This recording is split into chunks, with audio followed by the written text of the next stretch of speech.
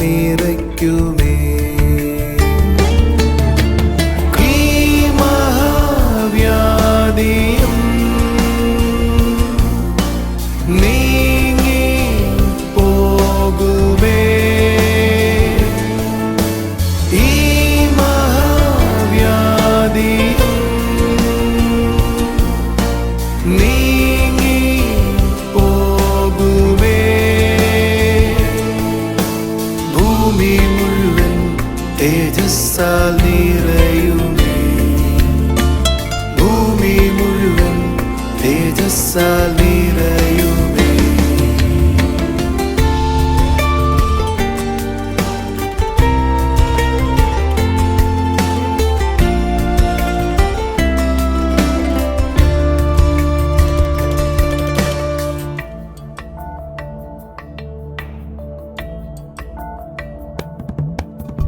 കൈയൊഴിഞ്ഞൻ കൈകളെ സ്നേഹമോടെ കരുതിയവൻ. കൈയൊഴിഞ്ഞൻ കൈകളെ സ്നേഹമോടെ കരുതിയവൻ. ആർദ്രമായ സ്നേഹമല്ലേ എന്നെ എന്നും നടത്തിയത്. ആർദ്രമായ സ്നേഹമല്ലേ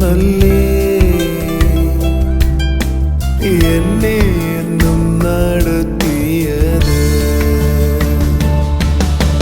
ഈ മഹാവ്യാധിയും നീങ്ങി പോകുമേ. ഈ മഹാവ്യാധിയും നീങ്ങി പോകുമേ. ഭൂമി മുഴുവൻ തേജസ്സാൽ നിറയുമേ. ഭൂമി മുഴുവൻ തേജസ്സാൽ നിറയുമേ. TV പ്രേക്ഷക സംഗമം തിരുവല്ലയിൽ സെപ്റ്റംബർ 24 ചൊവ്വാഴ്ച രാവിലെ 10:30 മുതൽ. സ്ഥലം MDM jubilee hall, Thirumoolapuram. TV പ്രേക്ഷക സംഗമം തൃശൂരിൽ സെപ്റ്റംബർ 25 ബുധനാഴ്ച രാവിലെ 10:30 മുതൽ. സ്ഥലം community hall, Nehru Nagar, Kuriachira, Thrissur. TV പ്രേക്ഷക സംഗമം എറണാകുളത്ത് സെപ്റ്റംബർ 26 വ്യാഴാഴ്ച രാവിലെ 10:30 മുതൽ. സ്ഥലം ടൗൺ ഹാൾ, നോർത്ത് റെയിൽവേ സ്റ്റേഷന് സമീപം. കർത്താവിൻ്റെ അതിപരിശുദ്ധ നാമം വാഴ്ത്തപ്പെടുമാറാകട്ടെ. അനുഗ്രഹിക്കപ്പെട്ട ഈ നല്ല ദിവസത്തിനായി നമുക്ക് ദൈവത്തെ സ്തുതിക്കാം. ദൈവജനത്തിലൂടെ ഓരോ ദിവസവും കർത്താവ് നമ്മളോട് സംസാരിക്കുന്നത് വ്യത്യസ്തമായ കാര്യങ്ങളാണ്. അത് നമ്മുടെ ആത്മീയ ജീവിതത്തെ ഉയർത്തുന്നതാണ്. ഇന്ന് നമ്മൾ കേൾക്കാൻ പോകുന്നത് പ്രൊഫറ്റിക്കായൊരു മെസ്സേജാണ്. ഈ മെസ്സേജ് കേൾക്കുമ്പോൾ നിങ്ങളുടെ ആത്മാവ് ഒന്നുകൂടെ ബലപ്പെടുന്നതായിട്ട് നിങ്ങൾക്ക് തോന്നാനിടയാകും. നിങ്ങൾ സേവിക്കുന്ന ദൈവം, അല്ലെങ്കിൽ ഞാൻ സേവിക്കുന്ന ദൈവത്തെ നമ്മുടെ ചുറ്റുപാടുമുള്ളവർ, നിങ്ങളുടെ അയൽവക്കങ്ങൾ, നിങ്ങളുടെ വീട്ടിലായിരിക്കുന്നവർ, ദൈവമുണ്ടോ എന്ന് ചോദിക്കുന്ന നിങ്ങളുടെ ബന്ധുമിത്രാദികൾ, ഇവരെല്ലാവരും കർത്താവ് ചെയ്യുന്ന അത്ഭുതങ്ങളെ, ഒരിക്കലും എതിർത്ത് പറയുവാൻ കഴിയാത്ത വിധത്തിലുള്ള ദൈവത്തിൻ്റെ അത്ഭുത പ്രവൃത്തികളെ ചുറ്റുപാടുമുള്ളവർ കാണാൻ പോവുകയാണ്. ഹല്ലേലൂയ. ജീവിക്കുന്നൊരു ദൈവത്തെ അവരോരോരുത്തരും കാണുവാനും അനുഭവിക്കുവാനും പോവുക. നിങ്ങളുടെ വീട്ടിൽ ആ മഹത്വത്താൽ കർത്താവ് നിങ്ങളെ നിറയ്ക്കട്ടെ. നമുക്ക് മെസ്സേജിലേക്ക് പോകാം. വളരെ ശ്രദ്ധയോടും ആഗ്രഹത്തോടുമായിരുന്നാട്ടെ. ചില അത്ഭുതങ്ങളെ സ്വന്തമാക്കിയാട്ടെ.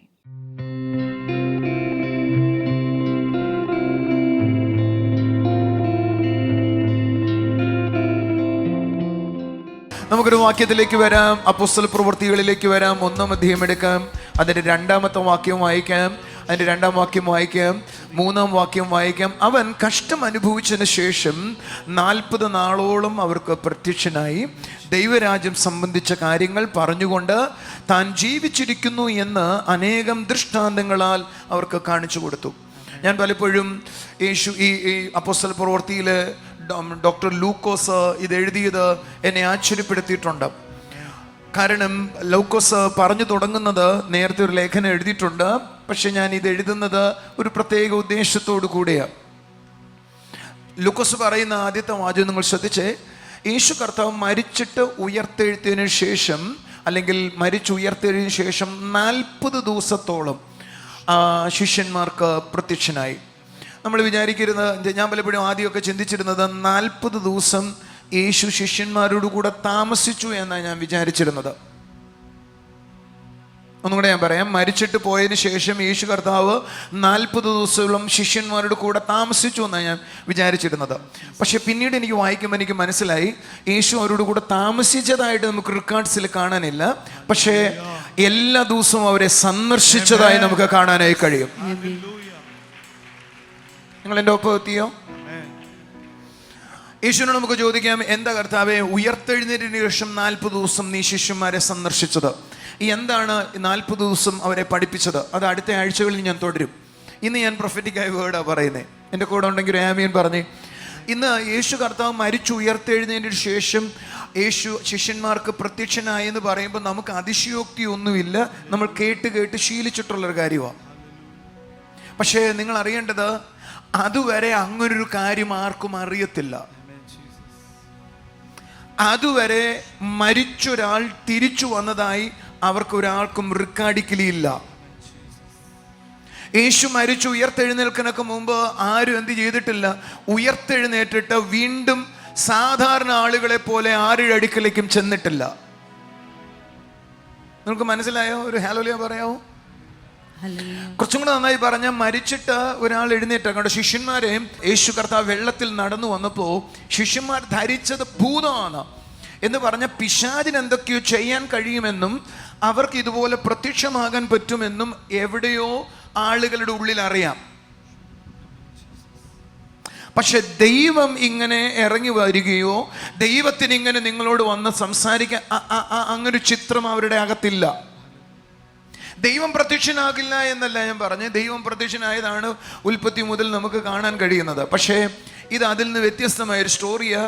അവരുടെ കൂടെ ഉണ്ടായിരുന്നയാൾ മരിച്ചു. മരിച്ചിട്ട് 3-ാം ദിവസം അയാൾ പ്രത്യക്ഷനായിട്ട് തൻ്റെ കൂടെ ഉണ്ടായിരുന്ന ആളുകളെ ദൈവരാജ്യം സംബന്ധിച്ച് പഠിപ്പിക്കാൻ തുടങ്ങി. ഞാൻ പലപ്പോഴും ചിന്തിക്കാറുണ്ട്, എന്തായിരിക്കും ശിഷ്യന്മാരെ അവർ പഠിപ്പിച്ചത്? അത് ഞാൻ അടുത്ത ആഴ്ചകൾ പഠിപ്പിക്കാം. എല്ലാം പഠിപ്പിക്കുമെന്ന് എനിക്ക് തോന്നിയില്ല, പക്ഷെ ചിലത് ഞാൻ നിങ്ങൾക്ക് മനസ്സിലാക്കി തരാൻ ശ്രമിക്കാം. ഒരു നല്ല ഹല്ലേലൂയ പറഞ്ഞാട്ട്. കാരണം യേശു പഠിപ്പിച്ചതിന്റെ റെക്കോർഡ്സുകളൊന്നുമില്ല ബൈബിളിലെ. 40 ദിവസം പഠിപ്പിച്ചു എന്ന് മാത്രം എഴുതിയിട്ടുള്ളൂ, എന്താന്നില്ല. നിങ്ങൾ എൻ്റെ കൂടെ എത്തി ഒരു ഹല്ലേലൂയ പറയാം. എന്താ അവരെ പഠിപ്പിച്ചതെന്ന് പുസ്തകത്തിലൊന്നും എഴുതി, ദൈവരാജ്യം സംബന്ധിച്ച കാര്യങ്ങൾ പറഞ്ഞു എന്ന് എഴുതിയിട്ടുള്ളൂ. ഞാൻ പലപ്പോഴും ചോദിക്കാറുണ്ട്, അതെന്താ കർത്താ ഹിഡനായി വെച്ച്, രഹസ്യമായി വെച്ച്?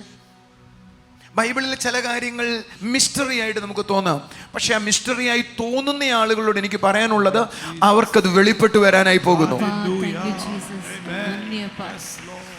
ഇതെന്താ രഹസ്യമായിരിക്കുന്നെന്ന് ആർക്കെങ്കിലും തോന്നിയാൽ അതിന്റെ അർത്ഥം രഹസ്യമായി ഇരിക്കാനല്ല, അത് പരസ്യമാക്കാൻ ദൈവത്തിന് തോന്നിയത് കൊണ്ട് നിനക്കത് രഹസ്യമായിരിക്കുന്ന പോലെ തോന്നുന്നതാ. ഈ കർത്താവ് ഉയർത്തെഴുന്നതിന് ശേഷം അവർക്ക് പ്രത്യക്ഷനായിട്ട് താൻ ജീവിച്ചിരിക്കുന്നു എന്ന് അനേക ദൃഷ്ടാന്തങ്ങളാൽ അവർക്ക് കാണിച്ചു കൊടുത്തു. അതിൻ്റെ ഇംഗ്ലീഷ് വേർഷൻ ഞങ്ങൾ തൊട്ടതാണ്. ഞാൻ ആ വാക്യം ഒന്ന് വായിക്കാം. അവിടെ എഴുതിയിരിക്കുന്നത് മെനി ഇൻഫാലിബിൾ പ്രൂഫ്സ്. അവിടെ എഴുതിയിരിക്കുക ഇൻഫാലിബിൾ പ്രൂഫ്സ്. എല്ലാവരും പറഞ്ഞേ, ഇൻഫാലിബിൾ പ്രൂഫ്. ഇൻഫാലിബിൾ എന്ന വാക്കിന്റെ അർത്ഥം ഒരിക്കലും തെറ്റുപറ്റാത്ത എന്നാണ്. എല്ലാവരും പറഞ്ഞു, ഒരിക്കലും തെറ്റുപറ്റാത്ത. യേശുവിന്റെ ശുശ്രൂഷ സമയം മുഴുവൻ അനുഭവിച്ച ആളുകള്, 3.5 കൊല്ലം കൂടെ നിന്ന ആളുകള് ശിഷ്യന്മാർ. പക്ഷെ അവർക്ക് യേശു കർത്താവ് വീണ്ടും വെളിപ്പെട്ടിട്ട് മരിച്ചിട്ട് തിരിച്ചു വന്നതിന് ശേഷം, ഉയർത്തെഴുന്നതിന് തിരിച്ചു വന്നതിന് ശേഷം ഒരിക്കലും തെറ്റുപറ്റാത്ത ഒരിക്കലും തെറ്റാത്ത ചില തെളിവുകൾ അവർക്ക് കാണിച്ചു കൊടുത്തു. അതെന്താണെന്ന് വേദപുസ്തകത്തിൽ എവിടെ എഴുതിയിട്ടില്ല, ഒന്നും എഴുതിയിട്ടില്ല. പക്ഷെ കാണിച്ചു കൊടുത്തു ഒന്ന് എഴുതിയിരിക്കുക. എൻ്റെ കൂടെ ഉണ്ടെങ്കിൽ ഹല്ലേലൂയ പറഞ്ഞേട്ടെ. അതിനകത്ത് ചെറിയ ഒരു സൂചന നൽകിയത് താൻ ജീവിച്ചിരിക്കുന്നു എന്നും. എല്ലാവരും പറഞ്ഞേ, മരിച്ചയാൾ ജീവിച്ചിരിക്കുന്നു എന്നും ആ ജീവിച്ചിരിക്കുന്നു എന്നതിനോട് ബന്ധിക്കപ്പെട്ട ചില തെളിവുകളാണ് കർത്താവ് കാണിച്ചു കൊടുത്തത്. നിങ്ങൾ ആരും എൻ്റെ കൂടെ കൈയടിച്ചില്ല, ഒരു ആമീൻ പറഞ്ഞില്ല. വേറൊരു ട്രാൻസ്ലേഷൻ പറയുന്നത് കുറച്ചും കൂടെ വ്യത്യസ്തമായ ഒരു വേർഡാണ് നമ്മുടെ ഉപയോഗിച്ചിരിക്കുന്നത് കൺവിൻസിങ് ഡെമോൺസ്ട്രേഷൻസ് എന്നാണ്. നമുക്ക് പറയുന്നത് നമുക്ക് ബോധ്യം തരുന്ന വെളിപ്പെടുത്തലുകൾ. ഇതിങ്ങനെയാണോ എന്ന് അതിശയം തോന്നുന്ന വെളിപ്പെടുത്തലുകൾ യേശു കർത്താവ് എന്ത് ചെയ്തു എന്നാ ശിഷ്യന്മാർക്ക് വെളിപ്പെടുത്തി എന്നാണ്. ഒരു നല്ല ഹല്ലേലൂയ പറഞ്ഞാട്ടെ.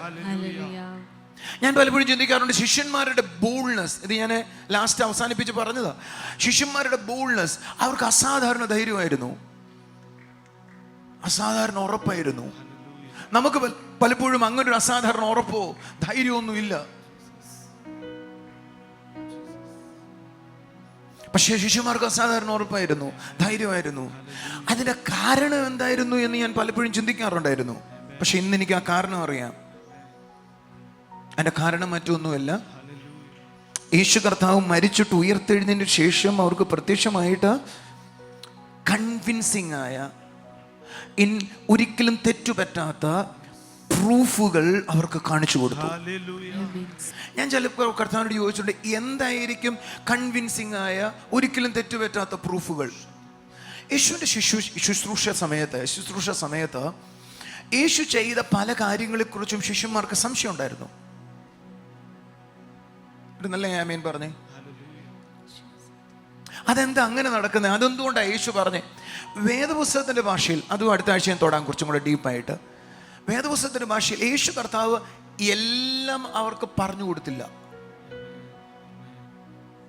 കുറച്ചും കൂടെ നന്നായി പറഞ്ഞ വേദപുസ്തകത്തിന്റെ വാക്ക് ഞാൻ ഉപയോഗിച്ചാൽ നമുക്ക് ഇങ്ങനെ പറയാം, അവർക്ക് പലതും ഗ്രഹിക്കാൻ കഴിഞ്ഞില്ല. എല്ലാവരും പറഞ്ഞേ, അവർക്ക് പലതും ഗ്രഹിക്കാൻ കഴിഞ്ഞില്ല.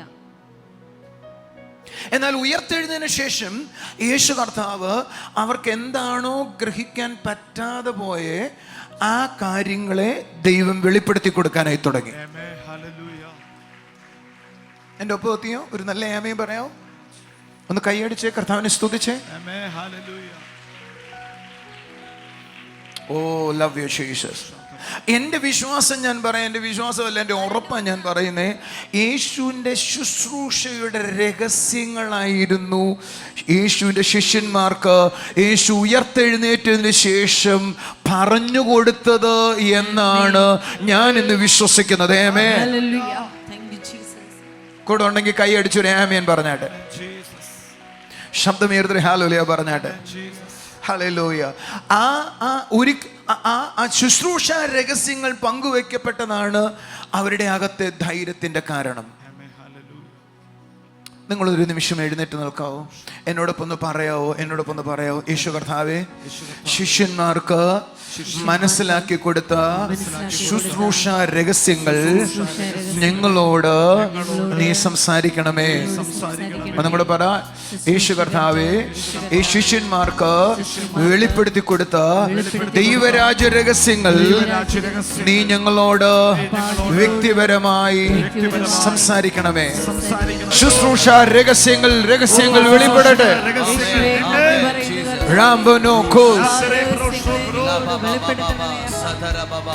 നിങ്ങളെല്ലാവരും, എനിക്ക് നിങ്ങളോട് പറയണം, നിങ്ങളെല്ലാവരും ഈ കാര്യം കണ്ടിന്യൂസ് ആയി പ്രാർത്ഥിക്കണം. എനിക്ക് മനസ്സിലായെന്ന് പറയുന്നത് ചിലതൊക്കെയാണ്. എനിക്ക് തോന്നുന്നത് ഒരു വലിയ കടലിൽ ചെന്ന് ഇറങ്ങിയതുപോലെ എനിക്കിപ്പോൾ തോന്നുന്നത്. അതിൻ്റെ ഏതോ അറ്റത്താണ് നമുക്ക് മനസ്സിലായിട്ടുള്ളത്. ആ രഹസ്യങ്ങൾ മനസ്സിലാകുന്ന അനുസരിച്ച് നമ്മുടെ ശുശ്രൂഷകൾക്ക് മാറ്റം ഉണ്ടാകാനായി തുടങ്ങും. ശബ്ദകീർത്തനം ഹല്ലേലൂയ പറഞ്ഞേ. ശിഷ്യന്മാർ യേശുവിന്റെ കൂടെ സീക്ക് ചെയ്ത രഹസ്യം എന്ന് പറയുന്നത്, യേശു ശിഷ്യന്മാരോട് തുറന്നു കൊടുത്ത രഹസ്യം എന്ന് പറയുന്നത്, അത് നമുക്ക് എത്രയധികം മനസ്സിലാകുന്നുവോ അത്രയധികം നമ്മൾ ശക്തരായിക്കൊണ്ടേയിരിക്കും. ലാങ്കോരോനും അറിയാത്തല്ല. യേശു ശിഷ്യന്മാരിൽ നിന്ന് പലതും മറച്ചു വെച്ചു. ദൈവം ഈ സീസണിൽ ചെയ്യാൻ പോകുന്നത് ഒരിക്കലും തെറ്റുപറ്റാത്ത കൺവിൻസിംഗ് ആയ ചില ദൈവിക പ്രവർത്തികളിലൂടെ ദേശത്തെ ദൈവം സന്ദർശിക്കാനായി പോകുകയാണ്. നിങ്ങൾ ശ്രദ്ധിക്കാവോ? ആ രണ്ട് വേർഡുകൾ ശ്രദ്ധിക്കാവോ? ഇൻഫാലിബിൾ, ഒരിക്കലും തെറ്റുപറ്റാത്ത. രണ്ട്, കൺവിൻസിംഗ് ആയ. ഞാൻ ഈ സീസണുകളിൽ നടക്കാൻ പോകുന്നത് പറയാം. നിങ്ങളുടെ വീട്ടിലെ, നിങ്ങളുടെ ശുശ്രൂഷയിലെ ഒരിക്കലും തെറ്റുപറ്റാത്ത കൺവിൻസിംഗ് ആയ ദൈവപ്രവർത്തികളെ ദൈവം മാനിഫെസ്റ്റ് ചെയ്യാനായി പോകുകയാണ്. Come on. Come on. ഒന്നും കൂടെ ഞാൻ പറയാം, ദൈവം ഈ സീസണിൽ ചെയ്യാൻ പോകുന്നത് ഒരിക്കലും തെറ്റുപറ്റാത്ത കൺവിൻസിംഗ് ആയ ദൈവപ്രവർത്തികളെ കൊണ്ട് സഭയെ നിറയ്ക്കാൻ പോകുന്നു.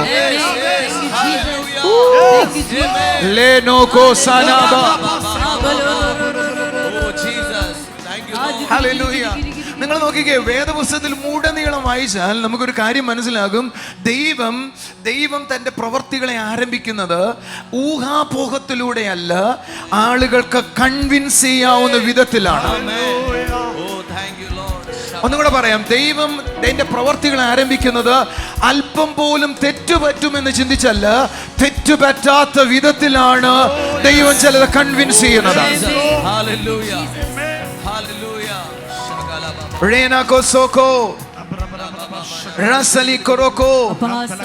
അടുത്തിരിക്കുന്നവരോട് പറ, ദൈവം ഉണ്ടെന്ന് തെളിയിക്കുന്ന അത്ഭുതങ്ങൾ. ഞാൻ നിങ്ങളോട് ചിലരോട് ദൂത് പറയുക, നിങ്ങളുടെ വീട്ടിൽ നിങ്ങൾ സേവിക്കുന്ന ദൈവം ജീവിക്കുന്നു എന്ന് തെളിയിക്കുന്ന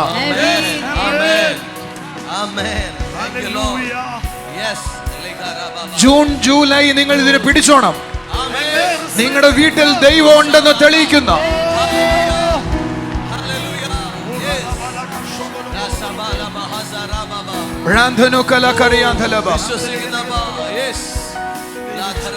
ഒന്ന് രാജാക്കന്മാർ, നമുക്ക് അറിയാവുന്ന വാചകം വായിക്കുന്നേ, 18-37 വാക്യം.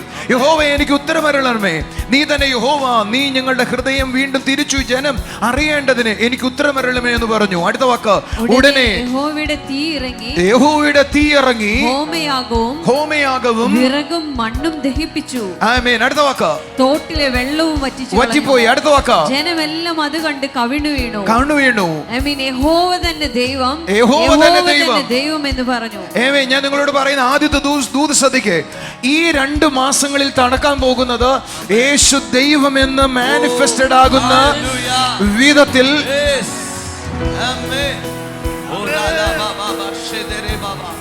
ഞാനിത് കർത്താവിൽ നിന്ന് കേൾക്കുമ്പോൾ എൻ്റെ ഉള്ളിൽ തോന്നുക ഇതെല്ലാവർക്കും അറിയാവുന്ന കാര്യമല്ലേ, പക്ഷെ കർത്താവ് പറഞ്ഞു അങ്ങനെയല്ല.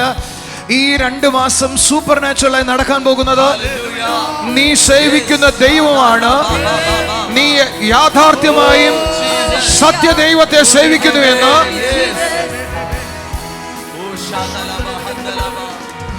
ശ്രദ്ധിച്ചോണം. അടുത്ത വാചകം ശ്രദ്ധിച്ചോണം. നിനക്ക് ചുറ്റുമുള്ളവർക്ക് കൺവിൻസ് ആകുന്ന വിധത്തിൽ ചില ദൈവപ്രവർത്തികൾ ഉണ്ടാകാൻ പോവാ. നിങ്ങളോട് ആരെങ്കിലും ചോദിക്കുന്നോ, നീ ഇത്രയും നാളായി പ്രാർത്ഥിക്കുകയല്ലേ, ഇത്രയും നാളായി കർത്താവിനെ സേവിക്കുകയല്ലേ, ഇത്രയും നാളായി പ്രാർത്ഥിക്കുകയല്ലേ? ആ ചോദ്യത്തിന് ജോൺ ദാരുവിനും ഉത്തരം വരാൻ പോകുന്നു, നിങ്ങൾക്ക് ഉത്തരം വരാൻ പോകുന്നു. കൺവിൻസ് ആകുന്ന ചില നടക്കാൻ പോകുന്നു.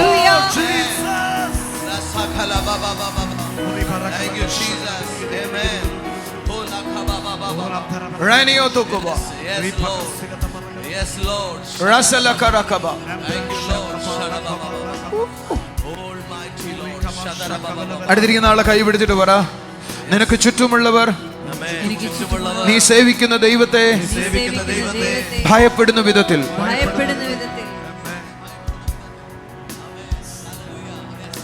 നീ സേവിക്കുന്ന ദൈവം ജീവിക്കുന്നു എന്ന് ഭയപ്പെടുന്ന വിധത്തിൽ ഈ പകൽ മുതൽ നിന്റെ വീട്ടിനകത്തൊരു സന്ദർശനം ഉണ്ടാകും.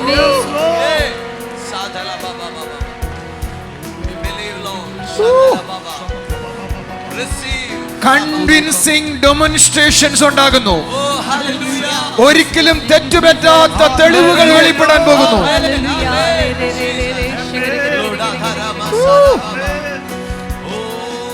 ഒരിക്കലും തെറ്റുപറ്റാത്ത തെളിവുകൾ വെളിപ്പെടാൻ പോകുന്നു. കൺവിൻസിംഗ് ആയ തെളിവുകൾ ഉണ്ടാകാൻ പോകുന്നു.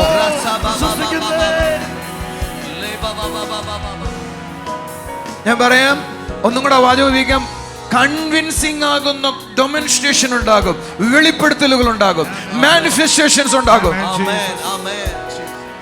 ഞാൻ നിങ്ങളോടാ പറയുന്നത്, നിങ്ങളുടെ വീട്ടിൽ നിങ്ങളുടെ ബന്ധുക്കളുടെ നടുവിൽ അവർക്കും കൺവിൻസിംഗ് ആകുന്ന വെളിപ്പെടുത്തലുകൾ ഉണ്ടാകും. കർത്താവ് തൻ്റെ ശിഷ്യന്മാരെ പഠിപ്പിക്കുന്ന സമയത്ത് കർത്താവിന് മനസ്സിലായി ചിലതൊന്നും അവർക്ക് ഗ്രഹിക്കാൻ കഴിയുന്നില്ല എന്ന്. കർത്താവ് പറയുന്ന ആ അർത്ഥത്തിൽ ആത്മലോകത്തെ അവർക്ക് മനസ്സിലാക്കാൻ കഴിയുന്നില്ല എന്ന് മനസ്സിലായി. എന്നാൽ തൻ്റെ ഉയർപ്പിന് ശേഷവും യേശു കർത്താവ് തൻ്റെ ശിഷ്യന്മാരെ പഠിപ്പിച്ചത് ദൈവരാജ്യത്തെക്കുറിച്ചായിരുന്നു. ഒരുപക്ഷെ അവർക്ക് ഗ്രഹിക്കാൻ കഴിയാത്തത് അവരെ ഗ്രഹിപ്പിച്ചു കൊടുക്കുവാൻ ആ സമയത്ത് കർത്താവിന് സാധിച്ചു എന്ന് നമുക്ക് വിശ്വസിക്കാം. ഹല്ലേലൂയ. ദൈവരാജ്യത്തെ എത്രത്തോളം ഗ്രഹിക്കാൻ കഴിയുന്നോ, മനസ്സിലാക്കാൻ കഴിയുന്നോ, അത്രത്തോളം നമുക്ക് അനുഭവമാകാൻ തുടങ്ങും. ആ ദൈവരാജ്യം നിങ്ങളുടെ ഇടയിലുണ്ടെന്ന് സ്പഷ്ടമായി നിങ്ങൾക്ക് തെളിയുവാനായി തുടങ്ങും. കർത്താവ് അനുഗ്രഹിക്കട്ടെ. അവൻ നമ്മളെ ആക്കിയിരിക്കുന്നത് ആ രാജ്യത്തിലാണ് ആക്കിയിരിക്കുന്നത്. അതിൽ നമുക്കായിരിക്കാം, അതിൽ നമുക്ക് ജീവിക്കാം. വലിയ അത്ഭുതങ്ങളിലും നിറവിലും നമുക്കായിരിക്കാം. കർത്താവ് നിങ്ങളെ ധാരാളമായി അനുഗ്രഹിക്കട്ടെ, വലിയ നന്മകൾ കൊണ്ട് നിറയ്ക്കട്ടെ. നമുക്കിനിയും ചില സാക്ഷ്യങ്ങൾ കാണാം.